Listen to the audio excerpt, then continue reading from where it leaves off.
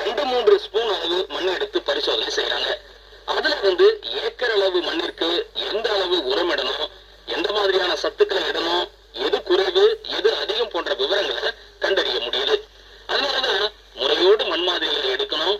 முறையோடு மண் மாதிரியை எடுக்கல அப்படின்னா பரிசோதனை முடிவுகள் தவறா போயிடுறதுக்கான வாய்ப்பும் இருக்கு. அதனால நிலத்தினுடைய மண்ணை பரிசோதனை செய்ய மண் மாதிரி எடுக்கும் போது பரிந்துரை செய்யக்கூடிய முறைகளை நாம கட்டாயம் கடைபிடிக்கணும். மண்வள குறைவும் மேம்பாட்டு உத்திகளும் அப்படிங்கறத பத்தி நாம பார்க்கலாம்.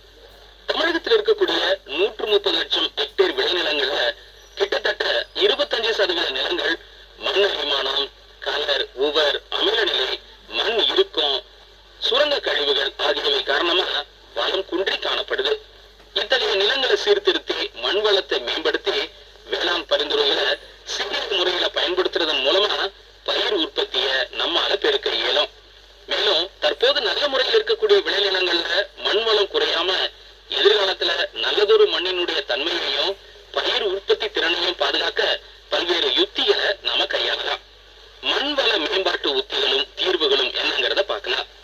மண்ணினுடைய அங்கக பொருட்கள் மேம்பாடு, அதாவது பசுந்தாள் உரங்கள், தொழு உரம், கம்போஸ்ட் உரம், சமச்சீர் உரமிடுறது, உயிர் உரங்களை பயன்படுத்துறது, மண் அரிமானத்தை தவிர்க்கிறது, ஒருங்கிணைந்த பண்ணையம், பயிர் சுழற்சி முறைகளை கையாள்றது, மண்மூடு பயிர்களுடைய பயன்பாடு, இதெல்லாம் பற்றி நாம தெரிஞ்சிருக்கணும்.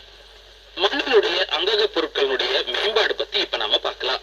நமக்கு கிடைக்கக்கூடிய தாவர மற்றும் விலங்கின கழிவுகள் உட்பட எல்லா கழிவு பொருட்களையும் நிலத்துல உரமா சேர்க்கணும். இப்படி செய்யறதால